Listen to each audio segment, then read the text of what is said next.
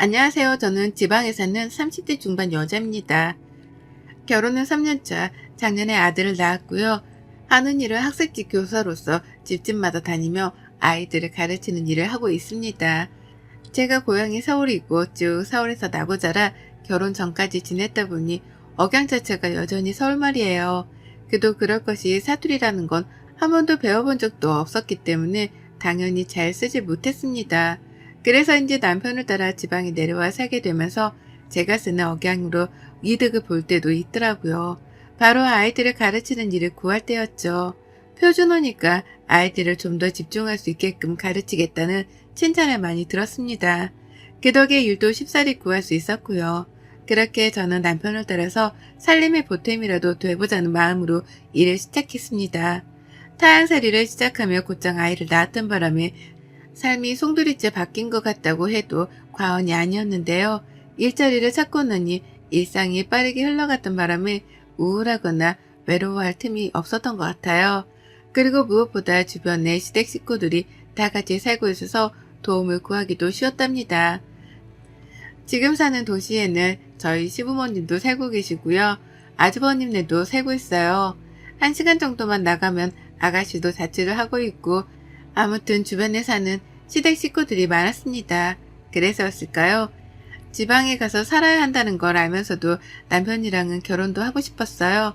가면 완전히 동떨어져 혼자 사는 게 아니라는 걸 알아서 그런지 은근히 뒷배가 든든하기도 했죠. 그리고 실제로 제가 아들을 낳자마자 시부모님은 육아에 필요한 모든 지원을 아끼지 않으며 저를 도와주려 하셨답니다. 원래부터 참 자상하고 다정한 분들이셨거든요.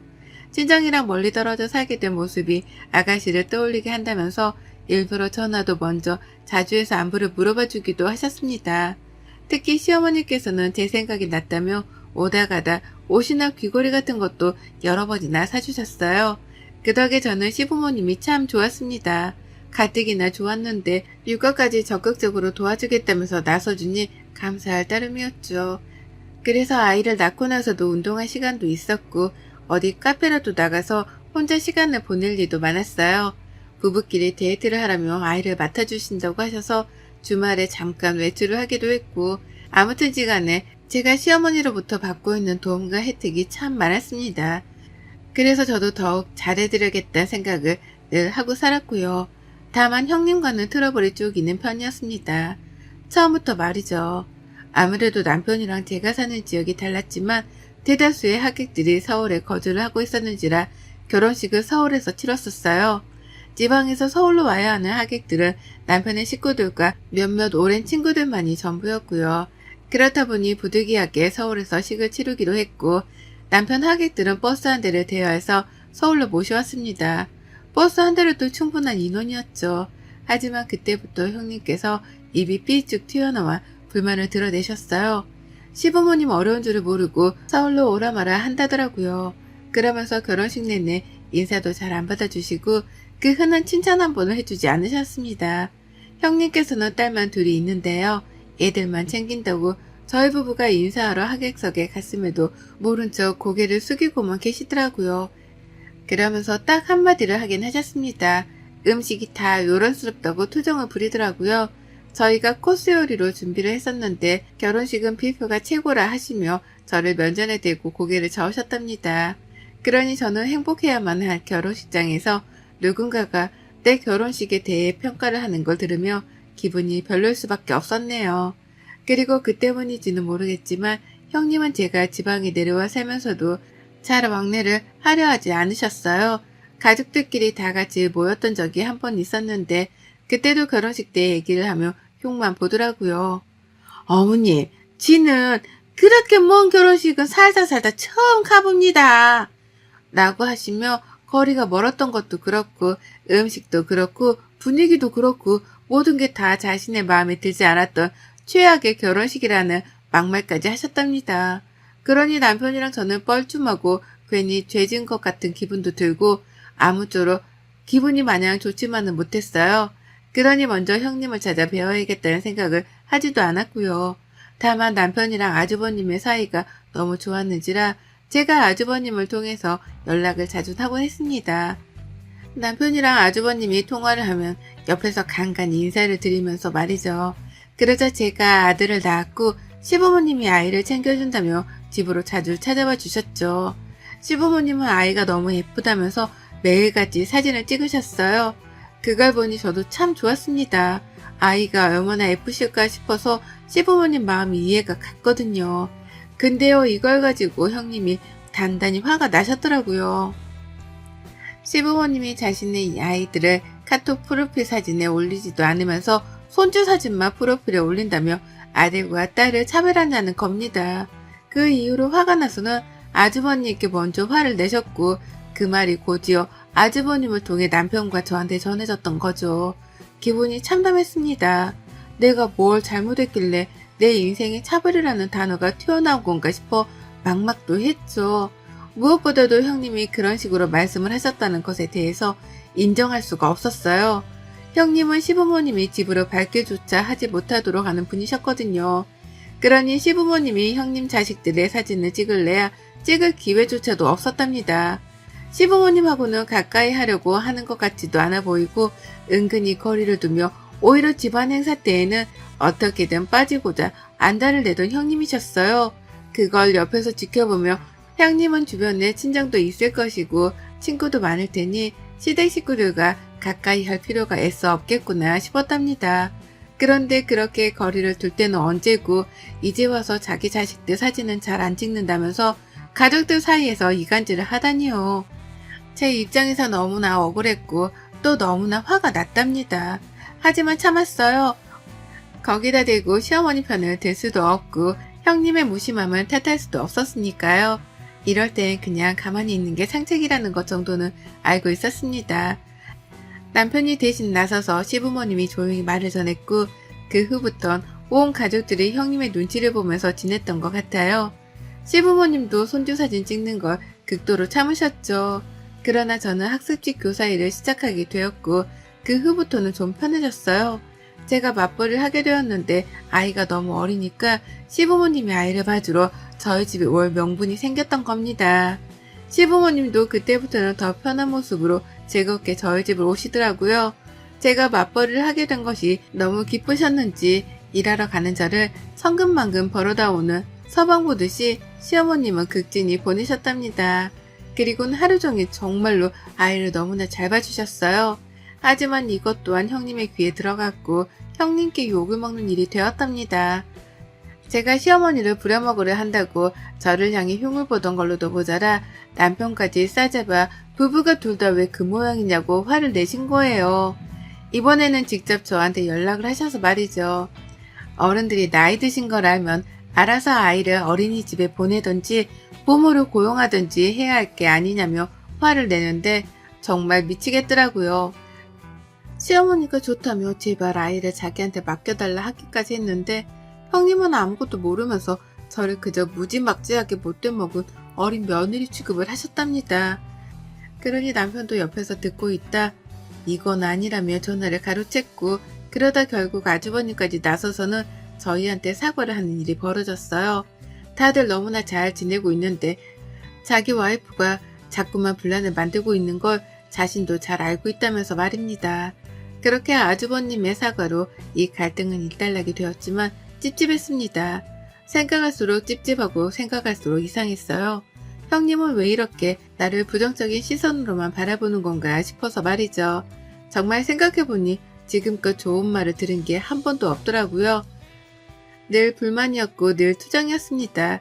자연스레 친해지고 싶지 않다 싶었어요. 제가 아무리 타지에 살면서 친구가 별로 없는 게 아쉽기는 했어도 형님 같은 사람하고는 친구를 먹지 않아야겠다 싶은 것 정도는 알아챘습니다. 그러나 우리 둘의 관계는 참 이상하게 꼬여버렸어요. 집안에서도 말썽이더니만 집 밖에서조차 말썽이 되어버린 거죠. 제가 학습지 가정교사 한다고 했잖아요. 그런데 2달 전 제가 형님의 집으로 학습지 수업을 가게 되었답니다. 이름이 익숙하다 싶었지만 주소는 정확히 알지 못하니 몰랐어요. 형님 집 앞에 도착을 하고 나서도 형님 집으로는 단 한 번도 초대되어 본 적이 없었기 때문에 거기가 형님 집인지도 모르고 초인종을 눌렀습니다. 그런데 형님이 나오시더라고요. 그것도 제가 올 것을 미리 알고 있었다는 듯이 왔네, 이제. 라면서 저를 집 안으로 들였고요. 뭔가 잘못되어 가고 있다는 기분을 지울 수 없던 찰나도 잠시 저는 형님의 집으로 들어가 아이를 가르쳤어요. 집중을 하지도 못하는 아이를 앉혀놓고서 가르치는데 뒤에서 저를 뚫어지게 바라보고 있던 형님의 시선 때문에 부담스러워서 혼났습니다. 아이를 가르치는 일도 은근히 긴장이 되어서 잘해내고 싶은 욕심이 드는 일이었는데요. 그렇게 대놓고 선생을 쳐다보는 학부모는 저희 형님이 처음이었어요. 그뿐이게요. 첫날은 그만하면 되었다는 의미심장한 말과 함께 저를 10분이나 먼저 일찍 돌려보내더라고요. 내가 마음에 안 들어서 선생을 바꾸려 하는 건가 싶었습니다. 그러면 제 일도 타격이 생기는 것이기에 한동안 걱정을 하지 않을 수가 없었는데요. 저는 다시 형님의 집으로 수업을 하러 갔고 급기야 저는 해선 안 되는 일, 상상도 못한 일까지 해내고 말았습니다.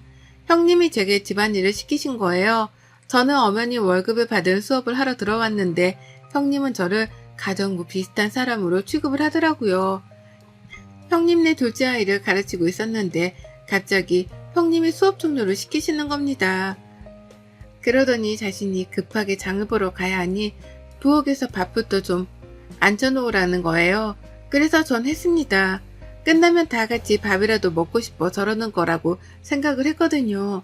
그래서 수업을 하다 말고 밥을 했고 그 와중에 문자로 양파를 잘라서 물에 담가 놓으라고 하길래 그것도 했어요. 일을 하나 말고 남의 집에서 요리를 하고 있는데 형님은 나중에 집으로 돌아오더니 오늘 진도는 다 나간 거냐며 제게서 학습지 진도 확인까지 꼼꼼히 하셨답니다. 당연히 형님 때문에 부엌에 들어가 있느라 시간이 촉박했었는데 형님은 자신은 아무 잘못이 없다는 듯 뻔뻔하게 제게 화를 내셨어요. 아이 진도가 왜 이렇게 늦냐고 말이죠. 그리고는 그날 전 밥을 얻어먹지도 못했습니다. 정말로 형님이 시키신 부엌 일을 해드린 것 뿐이었던 거죠. 저는 그 후로도 여러 번이나 형님의 부탁으로 인해서 빨래도 널고 급기야 청소기도 밀었어요. 청소기의 경우는 좀 웃겼는데 제가 방 안에서 아이를 가르치고 있던 와중에 형님이 밖에서 저 애타게 찾으시더라고요. 왜 그러냐면 나가보니 형님께서는 첫째 아이와 씨름을 하고 계셨어요. 말씨름이요. 아이가 망가뜨린 꽃병 때문에 주변에 꽃가지랑 잎들이 잔뜩 흩어져 있었고 형님은 아이를 혼내야 하니 저보고 그걸 치워달라 했습니다. 안 그럼 나중에 둘째 아이가 와서 밟을지 모른다고요. 그래서 전 그렇게 해드렸어요. 청소기를 민 거죠. 근데 형님은 여기도 해달라 저기도 해달라 아주 그냥 온 집안을 치워달라 추가로 요구를 하신 바람에 진짜로 온 집구석을 청소기로 직접 밀고 다녔답니다. 그 짓을 하면서도 스스로 너무 황당해 기분이 좋지 못했는데요. 별 수 없었던 게 형님이 꼭 마지못할 핑계를 대면서 제게 일을 시키시는지라 거절을 하기가 힘들었어요. 그렇게 저는 2달 동안 형님네 집을 가 있으면서 단 한 번도 그 집안일을 안 해본 적이 없었답니다. 요리에 설거지에 청소기, 남은 건 이제 걸레질 하나뿐이었는데요. 진짜로 걸레질도 했어요. 수업하고 있는데 걔는 어려서 진도를 빨리 안 나가도 돼 라는 정과 상반된 말을 하며 저를 밖으로 끌어내더라고요. 그러더니만 동서도 이제 애 키우고 할 텐데 우리 집에서 애 가르치지 말고 살림부터 가르쳐봐 라면서 손에 걸레를 쥐어주었습니다. 어린아이한테 애초부터 학습지를 시킨다는 것 자체가 오바였다는 말씀을 하더라고요. 몇 번이나 말이죠. 그러면서 제가 지금은 아이를 가르치는 이 일 자체가 무의미한 것이라는 말과 함께 걸레를 쥐어주는데 순간 울컥했습니다. 나중에 하겠다고 하는데도 이왕 청소하는 걸 같이 도와달라 몇 번이고 말씀을 하셨고요. 저는 아이들을 가르치러 온 거지 청소를 해드리러 온 게 아니라고 하니 제 말에 눈을 딱 치켜들며 대답하더라고요. 누가 보면 뭐 대단한 거라도 하러 온 줄 알겠네. 그냥 좀 도와달라는데 응? 라고 말이죠. 결국 그 말을 들은 채 몇 분 동안 걸레를 닦다가 이건 정말 아닌 것 같아서 못하겠다며 걸레를 내려놓곤 먼저 집을 나왔어요. 학습지고 뭐고 일을 그만두더라도 형님의 이 말도 안 되는 요구들을 어떻게든 처리시켜야겠다 싶었거든요. 제가 집을 나가는 순간까지 형님은 뒤에서 어머머머 저거 봐 라며 제 행동이 기가 막히다는 듯한 격양된 말로 소리를 쳤고요. 집에 돌아와서는 내내 울었습니다. 형님이 나를 가정교사가 아닌 가정부 취급을 하는 게 분명하다는 생각 때문에 도무지 잠에 들 수도 없었고 남편이 옆에서 위로를 해주니 마음이 약해져 더더욱 서글프게 울었어요. 그간의 요리도 하고 청소기도 밀고 설거지도 한 걸로 모자라 걸레까지 손에 쥐어주다니요. 그러면서 아이들의 학습 진도가 제대로 나가지 않을 시에는 전부 다 저한테 왜 늦냐면서 뒤집어 씌울 것이 뻔한 사람이었습니다. 이래도 욕을 먹고 저래도 욕을 먹고 이런 식으로 일을 하려니 벌써부터 앞길이 막막해 못하겠더라고요. 결국 저는 상사한테 이 사실을 고했고 제가 형님네 집에서 아이를 가르치는 거 포기하는 쪽으로 마무리를 짓기로 했어요. 제가 힘들어서 제가 일을 줄이는 방향으로 말이죠. 그리고 형님은 그 사실을 못내 화가 나셨던지 바로 저에게 연락을 하셨습니다. 그럴 거면 애초에 애를 가르치지 말았어야 하는 게 아니냐고, 왜 애한테 학습지 물만 들이고 이제와 내빼는 거냐며 막 화를 내더라고요. 그로 인해서 남편이 나서서 또 중재를 하며 결국 형님께 큰 소리를 냈어요. 적당히 좀 하라며 화를 냈다가 결국 또 아주버님 전화를 받아 두 사람을 말리는 상황이 연출되었고 보다 못한 남편이 형님네로 달려가는 상황까지 벌어졌답니다. 일촉즉발의 상황이었어요. 뛰어가는 남편을 말려야 하는데 지금 저 혼자 나가서 말린다고 말려질 것 같지도 않더라고요. 불이 나게 아주버님께 전화를 해서 남편이 지금 집으로 뛰어가고 있으니 문이라도 걸어 잠그고 있으라 말씀드렸습니다. 그리고는 막 뒤따라가는데 불싸 그렇게 달려가는 저희 부부의 모습을 시어머니가 보셨더라고요. 아이를 시댁에 맡겨놓았고 어머님이 제 퇴근 시간에 맞춰 집으로 아이를 데려오실 거라는 걸 깜빡하고 있었던 겁니다. 남편은 달려가고 제가 뒤따라잡는 이 웃기고도 어처구니 없는 상황을 저 멀리서 발견한 어머님은 그 길로 저랑 남편을 따라 또 형님네로 찾아오셨어요. 먼저 도착한 남편은 문 밖에 있는 아주버님이랑 들여보다 달라며 실랑이를 하고 있었고요. 그 뒤로 겨우 도착한 저는 남편을 데리고 집에 가고자 막 끌어잡아 당겼습니다. 날 밝으면 주말에 차분하게 얘기를 하자며 말이죠. 그리고 그 모든 상황이 좀처럼 끝날 것 같지 않다는 생각이 불현듯 드는 그때 어머님이 나타나셨어요. 제 아이를 안고 이게 뭐들 하는 짓이고? 라면서 뒤에서 소리를 지르신 겁니다. 순식간에 남편과 아주버님 그리고 저는 조용해졌고 아이 울음소리만 쩌렁쩌렁하게 복도로 울렸어요. 곧장 아주버님은 시어머니를 진정시키려다가 끝내 집 현관문을 열었고 어머님은 제게 아이를 맡긴 채 집 안으로 들어가셨습니다. 제 남편은 뒤에서 모든 상황들을 일러다 바쳤고요. 그 마지막에는 나 진짜 형수님이랑은 더는 가족으로 얽히고 싶지도 않고 미련도 없고 오늘 그냥 따끔하게 한마디 해주려는데 저를 숨어버렸다. 그래서 형이랑 밖에서 이러고 있었던 거고 라고 하면서 형님과는 연을 끊겠다는 말까지 내뱉었어요. 그러자 어머님은 한숨을 푹 쉬다 마주본 형님께 이러더라고요. 넌 이제 진짜 아웃이다 아웃. 내가 니를 며느리 취급하면 사람도 아니지 라고요. 시어머니의 충격적인 발언에 모두가 놀랐습니다. 특히 아주버님께서는 놀라 애원하며 시어머니 화를 풀어드리려고 했으나 소용이 없었어요. 집안에 들어와서 온 가족들을 눈치 보게 만들더니 이젠 하다하다 애 낳고 바깥일 시작한 네 동수한테도 그러냐? 싸움이 좋으면 나가 싸워.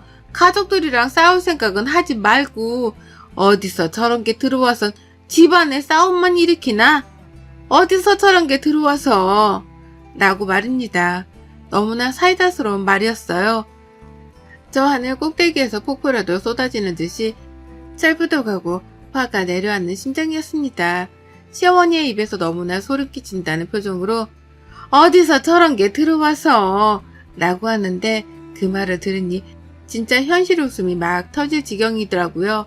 사람 취급조차 해주기 싫다는 듯한 어머님의 표정을 보고 있자니 형님이 느꼈을 그 아찔함이 그대로 전해져서였습니다. 그리고 결국 저는 피식하고 웃어버렸어요. 심각한 상황이었는데 형님을 보며 비웃어 보였고 남편이 뭐라고 하라는 걸 끝까지 말렸습니다. 상대하지 마 라는 말을 하면서요. 저는 시어머니의 말씀에 크게 동감하는 입장이었고 형님 같은 사람하고 같이 싸우면서 부정적인 사람이 되고 싶지 않았습니다. 가족들이 괜히 눈치를 볼 이유도 전혀 없었고요. 정말 어디서 저런 사람이 굴러들어와 일이 사이좋은 형제지간, 모자지간들을 갈라서려 하나 싶더라고요. 어머님도 그렇게 느끼고 계셨다고 생각을 하니 괜히 내 편이 많이 생긴 듯한 기분이어서 그리 억울하지만은 않았습니다. 그리고 이런 저의 입장과는 상반되게 형님의 얼굴은 시퍼개져 갔어요. 모두가 자신을 향해 분노를 하고 화를 내면서 따져 물으니 그 상황 자체가 힘드셨던 거겠죠. 당장이라도 울려는 듯해 보이는데 자존심은 센지 울지 않으려고 노력을 하는 게 훤히 보였습니다. 그 모습이 어찌나 외처롭던지 처음으로 형님이 안쓰럽다는 생각까지 들었네요. 하지만 이내 저는 정신을 차렸고요. 그런 형님께는 울지 말고 어머님 말씀 잘 귀담아 들으시라는 말을 하며 그걸 건네드렸어요. 걸레 말입니다. 형님이 저한테 쓸고 닦으라 건네줬던 그 걸레를 저는 형님께 곧 떨어질 것 같은 눈물이라도 닦으라며 일부러 찾아내서는 도와드렸습니다. 그러니 형님은 걸레를 들고는 이게 무슨 상황인가 싶어 한 번 더 비웃어 드린 뒤에야 아이를 데리고 남편이랑 먼저 집을 나왔어요. 나오면서 어머님께는 어머니 우리 집에 가요. 거기 더 있지 말고 얼른 나오세요. 라고 불러냈고요. 다시 생각해봐도 형님은 정말 매사가 불만이었고 또 매사가 친절하지 못했습니다.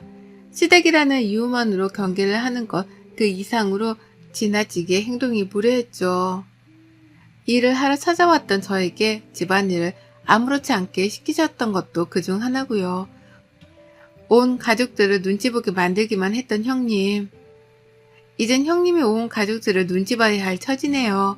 가족이라면 부디 잘못을 뉘우치고 가족이 될 생각이 없다면 남한테 피해 그만 주고 제발 좀 조용히 사셨으면 합니다. 이 말하려고 제가 이 긴 글을 써가면서 유튜브에 사연 신청까지 했네요. 여러분의 생각은 댓글로 남겨주세요. 오늘도 시청해주셔서 정말 감사합니다. 안녕하세요. 저는 30대 중반 여자입니다. 소개를 짤막히 먼저 해보자면 4년 전에 5살 연상의 남편이랑 결혼을 했고 아직 아이는 없어요. 남편은 직장인, 저는 작은 카페 운영을 하고 있는 자영업자인데요. 카페 규모가 작긴 하지만 주변에 직장인들이 많아서 장사가 굉장히 잘 되는 편에 속합니다.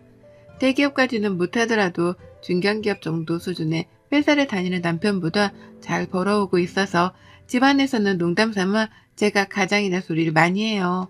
저희 남편은 마누라가 더 잘 벌어온다며 기죽기는커녕 내 마누라가 더 돈을 많이 번다며 무지하게 좋아라 합니다.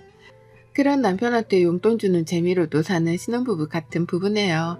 꽤나 행복하게 사는 것도 같고 남편이랑 여전히 사이좋게 지내는 거 보니 결혼을 잘못했다는 생각이 들지도 않습니다. 그냥 이렇게 같이 살면서 나이 들어가는 게 결혼 생활이지 않을까 싶은 게 요즘 드는 제 생각이에요. 하지만 그 속을 들춰보려고 할 때면 늘 기분이 마냥 좋지만은 못하답니다. 결혼 생활의 첫 시작이라고 할 수 있는 결혼식을 제대로 망쳐버린 바람에 생각하면 할수록 화가 치밀어 오르거든요.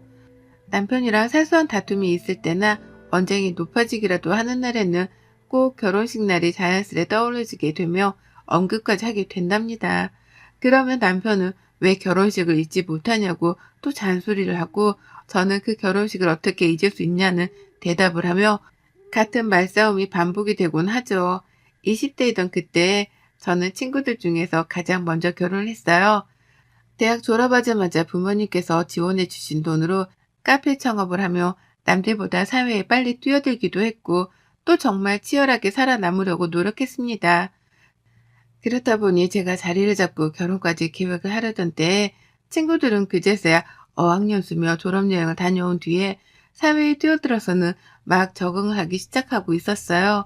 친구들과 다소 다른 입장에 서 있던 저였지만 누구보다 축하를 해주는 친구들을 든든한 뒷배 삼아 참 재미나게 결혼 준비를 했던 기억이 나네요. 중학교 때부터 절친하게 지내온 친구들이었기 때문에 제 결혼식에서는 들러리를 서주기로 했었습니다.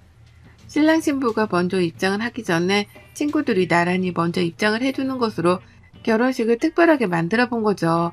좀 더 많은 사람들이 어우러져 파티스러운 결혼식이 만들어졌으면 싶었던지라 주변에 노래 잘하는 친구들도 대거 섭외를 했었고 한쪽에서는 그림 그리는 친구가 어린 아이들한테 페이스 페인팅을 해주는 이벤트도 하도록 마련을 했었어요. 갑갑한 결혼식만 다녀봤었던지라 제 결혼식만큼은 남녀노소 누구나 즐겁게 어울려주며 축복해주길 바랬습니다.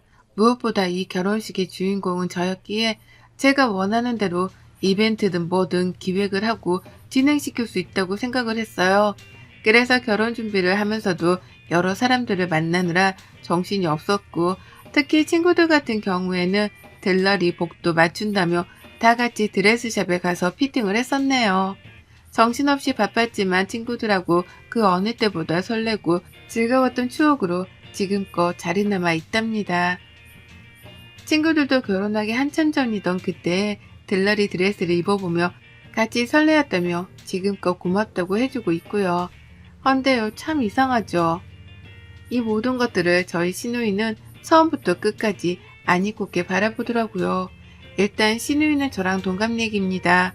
보자마자 새언니인데도 말을 놓길래 경우가 조금 없는 사람인가 싶었고, 그 후 시아버지께서 호칭 정리를 제대로 하라며 맞존대를 쓰라고 하시는데도 불구하고 동갑인데 왜 말을 높이냐며 기분 나빠하길래 성격이 그리 원만한 사람은 못 되구나 싶었어요. 다만 저는 결혼식을 한다고 해서 시댁 식구들한테 간 쓸개까지 다 빼줄 생각은 전혀 없었고, 또 친정만큼이나 가깝고 살뜰하게 지낼 생각 또한 없었는지라 큰 신경을 쓰려 하지 않았답니다. 신우를 매일 볼 것도 아니니 오히려 서로를 존중하는 의미에서 맞존대를 하며 지내는 것이 옳겠다 싶었네요. 하지만 이런 생각과는 달리 전 시누이를 꽤나 자주 보고 살아야 했답니다.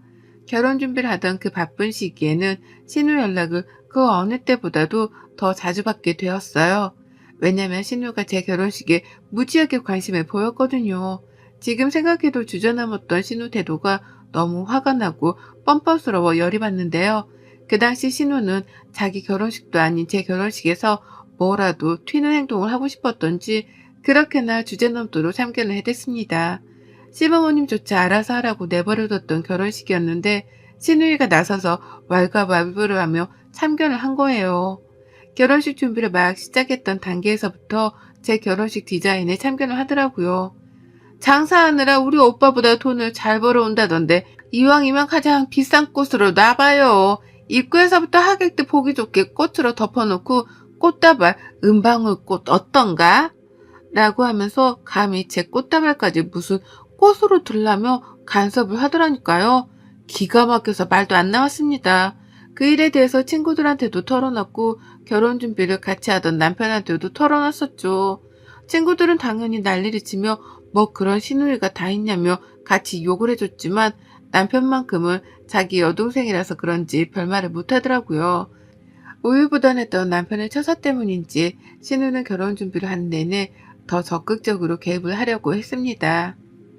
결혼식을 야외에서 한다고 하니까 미친 거 아니냐면서 실내로 하라고 호텔 이름을 들먹이더라고요. 돈 한 푼 보태주지도 않을 거면서 말이죠. 우리 남편 턱시도 색깔까지 간섭을 하려고 들더니만 더 심한 건 바로 제 친구들에 관한 것이었어요. 제 친구들이 들러리를 서주기로 했고 식장에 신랑 신부보다 먼저 입장을 한다는 사실을 알고 난 후로는 급기야 화까지 내면서 저를 뜯어말리려고 했거든요. 아니 내가 그 말을 듣고 어찌나 기가 막히던지 미친 거 아니야? 신랑 신부보다 먼저 입장을 한다고? 들러리? 걔네가 뭔데 지들이 드레스를 입어?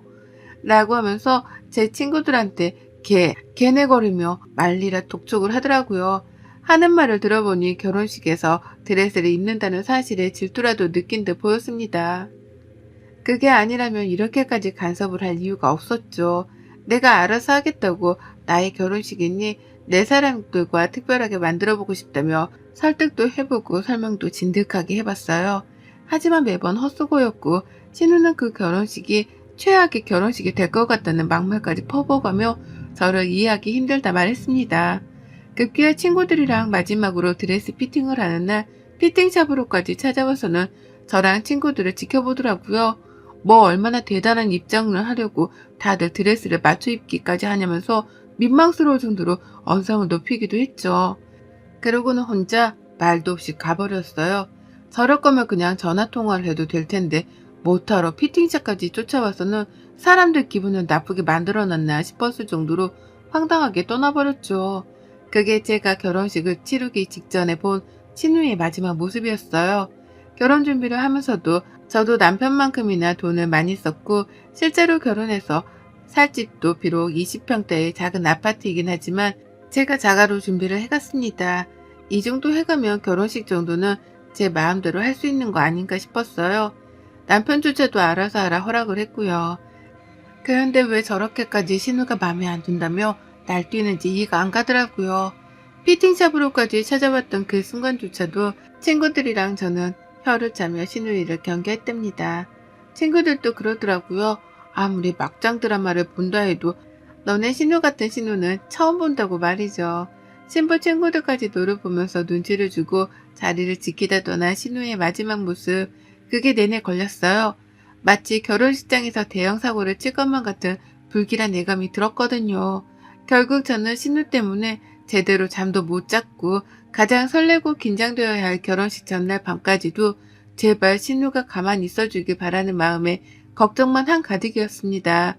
당연히 결혼식 날은 피곤했고요. 피곤한데 정신을 차려야 하니 에너지 드링크까지 마셔가면서 식장에 갔어요. 그리고 전 그날 정말 쇼킹한 장면을 목격하고 말았습니다. 신우가 글쎄 중전마마 한복을 입고 나타난 거예요. 그것도 허물건 하얀색의 한복 말입니다. 어찌나 화려한 금장식이 박혀있던지 저 멀리서 보는데 진짜로 조선시대 국모가 나타난 줄 알았어요. 머리에는 큼지막한 비녀 비스무리한 것도 꽂아서 나타난 걸로도 모자라 화장도 어디 전문 메이크업 아티스트한테 받고 온 건지 평소보다 화장도 연예인 화장만큼이나 진하게 되어 있더라고요. 그 꼴이 얼마나 황당했냐면 하객들이 저한테 물어보더라고요. 얼굴에 그림 그려주는 이벤트도 하고 축하 이벤트도 하고 엄청 준비를 했던데 중전마마 옷 입은 사람도 하객들한테 구경시켜주는 이벤트 중 하나냐고요. 그 정도로 신우가 입고 온 차림새가 정말로 특출났습니다. 양가 부모님께서도 한복을 입었는데요. 양가 부모님이 입고 온 저고리 짧은 한복들보다도 100배, 1000배는 더 화려한 중전마마 한복을 입고 나타났으니 모두가 신우이를 주목했죠. 저조차 버진로드를 걷고 앞에서 하객들을 보는데 그 엄청난 조명을 뚫고 저 멀리 신우가 단번에 보이더라고요. 가족 사진을 찍는데도 신우가 입은 한복이 품도 넓고 큼지막하게 달라붙는 드레스를 입은 저보다도 풍채가 크고 튀었습니다. 모든 사진을 봐도 신우가 가장 품체 큰 옷을 입었는데 하필 또 제 옆에 달라붙어서 사진을 찍는 바람에 누가 신부인지 분간도 안 될 지경이었어요. 신우 옆에만 서면 저는 마치 희고 긴 잠옷 드레스를 입고 온 듯한 느낌이었달까요. 식을 다 치르고 신우를 마주볼 순간이 있었는데 신우가 저하고는 눈도 안 마주치더라고요. 축하한다거나 예쁘다는 말조차 한마디 안 했습니다. 그리고 그때서야 전 깨우쳤죠. 아, 신우가 나를 엿먹이기 위해서 일부러 저 옷을 입고 왔구나 라고 말이죠. 일부러 내가 무슨 옷을 입는지 사전 답사를 하기 위해서 피팅샵도 방문을 했던 것이고 그래서 내 것보다 훨 화려한 흰색 중전마마 한복을 입고 나타나서는 오만 산지들마다 옆에 착 달라붙어 촬영을 했다는 것도 말입니다. 끝까지 가족이 된 걸 환영한다는 기본적인 인사 따위도 없었고 눈을 마주치기는커녕 보기 좋게 흘기면서 한복을 차려입고 떠나가는데 신우한테 한 방 제대로 얻어맞았던 사실에 화가 나고 억울해 분노가 치밀어 올랐어요. 살면서 이런 분노는 처음 느껴봤었답니다. 내 카페 앞에 다른 카페가 보란듯이 들어섰을 때에도 이것보단 더 화가 났었는데요. 식이 끝난 후 당연히 신우랑은 가까워질래야 가까워질 수가 없었어요. 일단 시댁은 명절밖에 찾아가질 않았었는데 가기만 하면 친구들 만난다며 집을 나가버리지 않나. 다같이 밥을 먹어도 혼자 기분이 별로라는 듯 깨작깨작 먹다가 일어서는 바람에 온 가족들의 눈치를 봐야 했거든요. 성격이 하여간 별난 사람이었고 시부모님조차도 딸내미는 손을 놨으니 이해를 해달라 하며 저를 위로하기까지 하셨답니다. 신우는 끝까지 한복에 대해 언급하지 않았고 저 또한 그날 일은 무조건 입고 싶었는지라 신우한테는 한마디도 물어보질 않았었어요. 중간중간 몇 번씩 트러블이 있긴 했는데 그것도 전부 다 신우가 제가 만드는 음식으로 밥 투정을 해서였고 또 하나는 저희 부부가 집에 찾아왔더니만 아, 왜 왔어? 라며 짜증을 부리고서는 방 안으로 문을 쾅 닫고 들어가 버린 바람에 생겼습니다. 저도 너무 화가 나서 문을 열고 들어가 A는 좀 지키고 살라며 따졌더니 신우가 고래고래 소리를 지르면서 얘 미친 여자 아니냐며 절 칭하더라고요. 그 바람에 우유부단하던 남편까지 나서서 신우한테 소리치며 말리고 시부모님까지 나서서 하여간 별한간 진짜 웃겼습니다. 별 또라이 하나 때문에 집안 사람들이 눈치를 보고 산다는 것 자체가 말이죠. 제가 거의 처음이자 유일하게 신우하고 맞짱을 뜨려던 사람이더라고요. 그걸 알고 나니 다음부터 나의 신우는 피하는 게 상책이겠다 싶어서 상종도 안 하려 했습니다. 그런데 그런 신우한테서 결혼 청첩장이 날라왔네요. 결혼하는지도 몰랐고 그냥 교제하는 사람이 있다더라 정도를 남편을 통해 들었었는데 갑자기 결혼한다는 거예요. 그것도 마지막으로 본 게 싸우고 난 후였는데 저를 초대하겠다고 불렀더라고요. 코로나 도중에 결혼 한 번 없던 애가 결혼식장에 초대한다니 일단 참석은 하기로 했습니다. 근데요, 그냥 참석하고 싶진 않았어요. 내 결혼식에서 나한테 한 짓이 있는데 그걸 그냥 넘기기엔 평생 한이 될 것 같더라고요. 똑같은 사람이 되고 싶진 않으나 상대가 신우라면 말이 달라졌습니다. 신우 같은 인성의 사람은 아무리 가르침을 주고 화를 내려고 해도 상대를 이어주자 하려고 하질 않는 사람이니 제가 본때라도 보여줘야겠다 싶었던 거죠. 그래서 저는 참석을 하겠다는 뜻을 남편에게 밝혔어요. 그리고 만반의 준비를 했답니다. 정말 잠도 못 자고 말이죠. 내 결혼식장에서 진짜 중전마마 그러니까 국모라도 되었다는 듯이 떵떵거리면서 휘젓고 다녔던 생각을 하니 자다가도 벌떡 일어나 화를 낼 판이었는데 이번 기회를 어떻게 복수의 발판으로 삼아야 하나 싶더라고요. 그래서 준비했습니다. 신우는 대형 마마 한복을 입었으니 나는 신우랑 같은 흰 드레스를 입겠다고 말이죠. 그리고는 정말 드레스 대여점에 갔고 그 중에서 가장 저렴하고도 얌전한 원피스스러운데 기장이 제법 긴 드레스를 골랐어요. 이분이 무슨 작은 애가 큰 어른 옷을 입은 것 마냥 살짝 커 보이긴 했으나 아무렴 어떤가 싶었답니다. 품 긴 걸 입으니 공주놀이를 하는 것도 같았고 이왕 이렇게 된 김에 저는 신부 메이크업에 헤어까지 받았어요. 그리고는 신우 결혼식이 열리던 그날 신부의 자태를 한 채로 식장에 늦지막히 들어갔답니다. 난리도 아니었어요. 세상 그런 난리가 또 없었습니다. 일부 하객들은 신부가 저인 줄 알고는 벌써 식이 시작한 줄로 오해를 하고는 절 보자마자 식당으로 들어가 자리 착석까지 했어요. 또 다른 일부 하객들은 방금 본 신부 얼굴이 이 얼굴이 아니라는 사실이라도 깨우친 건지 얼굴이 살색이 되어선 저를 뚫어져라 보는데 진짜 반응이 극과 극이라서 너무 웃기더라고요. 그 와중에 저희 남편이랑 시부모님은 제가 왜 저러고 왔나 싶어서 똥줄이라도 탄 듯 안절부절을 못하시는데 그 와중에 신우이는 이런 저의 존재를 전달해줄 절친한 친구조차 없었는지 까마득히 모르고 있다가 직장 안에서 저를 목격하고 나서야 알게 되었답니다. 버진로드까지도 잘 걸어왔고 혼자 아주 세상 가련하고 청순한 척이란 척은 다 하더니만 그 자리에 서서 제가 훤히 보였는지 저한테서 몇 번 눈을 못 떼더라고요. 믿을 수 없는 광경이라도 목격을 한 사람인 것 마냥 말입니다. 그런 신우를 보며 저는 즐겁다고 꺼이꺼이 웃었고요. 결국 신우는 결혼식 후반부로 갈수록 마음 정리가 안 되는지 표정이 완전히 굳어져 버렸어요. 그런 신우를 피하며 저는 결혼식장을 계속해서 활보했고 저를 향해 누군가 수근거리더라도 상관 안 했습니다. 신우도 내 식장에서 그랬으니 나도 똑같이 되갚아주는 것뿐이었으니까요. 어차피 결혼식에서 나온 말들은 금방 잊혀질 것이 뻔하기도 했고요. 그런 저의 마음을 눈치챈 건지 신우는 저를 쫓아오려는 듯 몇 번이고 저를 향해 다가오려고 했어요. 그럴 때마다 저는 술래잡기를 하듯 신우를 피해 반대편으로 도망을 쳤고 식장은 마치 한 공간 안에 두 명의 신부가 있는 듯한 꼴이 되었답니다. 신우랑 제가 하도 식장 안을 돌아다니니 사람들은 저한테서조차 눈을 떼지 못했어요. 신부랑 저리 싸돌아다니는 제 정체를 궁금해했던 거죠. 그렇게 저는 온 하객들을 혼동에 빠뜨리고 난 후에야 사진 촬영이 있던 그 순간 신우의 옆으로 다가갔습니다. 내내 저를 붙잡고 말이라도 해보려고 쫓아오던 신우는 사진 촬영을 하는 하필 이 순간에 자신의 옆으로 다가온 저를 극도로 경계했어요. 그러더니 급기야 멀찍이서 입모양으로 저리 가! 라고 하더라고요. 하지만 저는 당당하게 대답을 했습니다. 아무도 신우이가 입모양으로 궁시렁거리는 걸 못 봤는데 제가 신우한테 대답을 하며 물은 거죠. 왜? 아가씨도 내 결혼식장에서 이거보다 더한 거 입고 왔었잖아요. 아가씨는 중전마마 옷을 입고 나타나서 식장은 휘젓고 다녔으면서 나는 왜 못해요? 나 그냥 흰색 원피스 긴 거 좀 입은 것 뿐인데 라고 큰 소리를 뻥뻥 치니 뒤에서 사람들이 귀를 쫑긋 세우더라고요.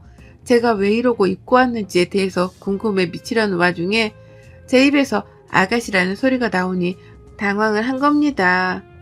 신랑이 전 여친이라도 되는 줄 알았는데 시가족이라고 소개를 하니 깜짝 놀란 거죠.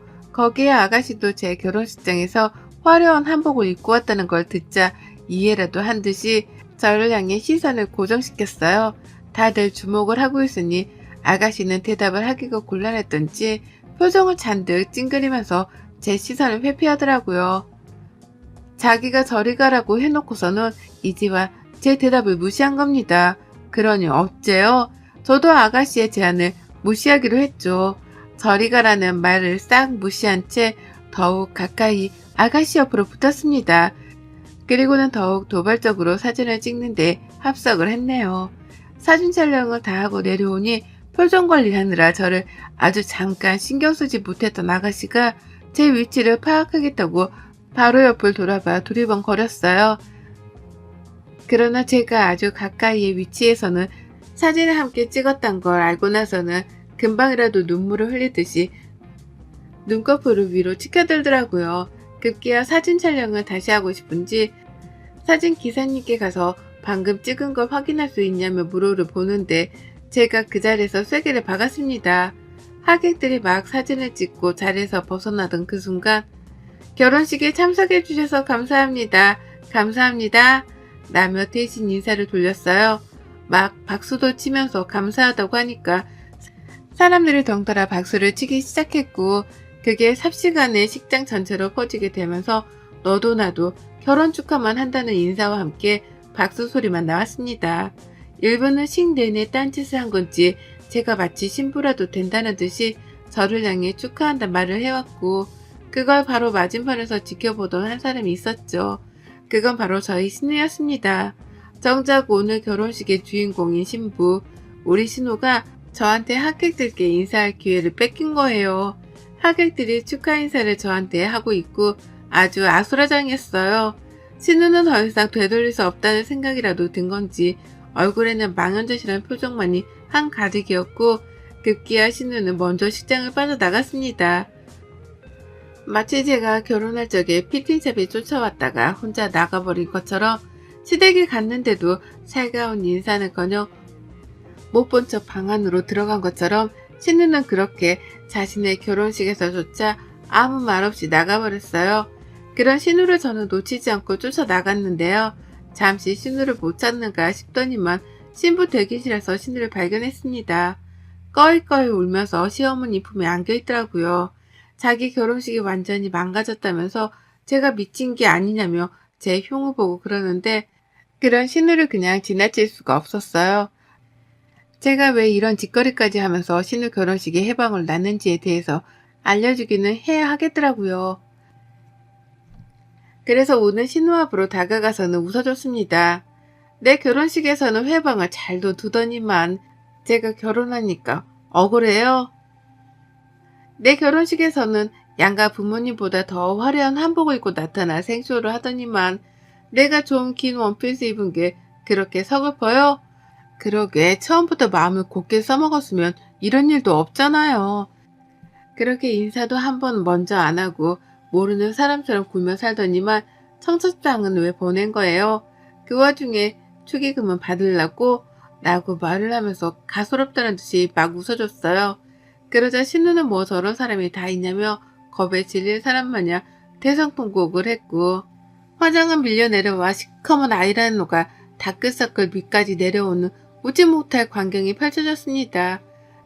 전 그런 신우를 둔 채 신우가 늘 그랬던 것처럼 이번엔 제 발로 먼저 신우를 등지고 나와버렸고요. 똑같이 복수를 해줬고 하고 나니 솔직히 속이 시원했어요. 같은 수준의 사람이 되지 말라며 아무것도 하지 말고 참으라는 신고들의 조언도 있었으나 아무리 생각을 해봐도 신우 버르장머리는 이때 말고 고칠 일이 없겠더라고요. 그래서 작정을 좀 해보고 입은 드레스였고 철판을 깔고서 식장을 걸어봤는데 이게 이렇게 신우 눈물까지 빼놓을 일이었을 줄이야. 전 이번 기회로 이제 다신 내 결혼식에 대해서 억하심정을 안 가지게 되었답니다. 이제는 결혼식 얘기만 나와도 신우 결혼식 생각이 나서 당연스레 통쾌함을 느끼게 되었고 저는 억울하다며 입을 발차기를 하지 않아도 되게 되었어요. 눈에는 눈, 이에는 이 덤벼봤지만 이리도 통쾌하고 신이 날 줄이야.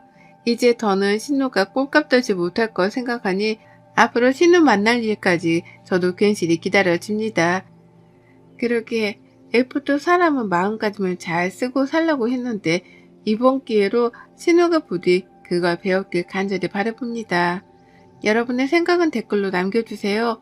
오늘도 시청해 주셔서 정말 감사합니다.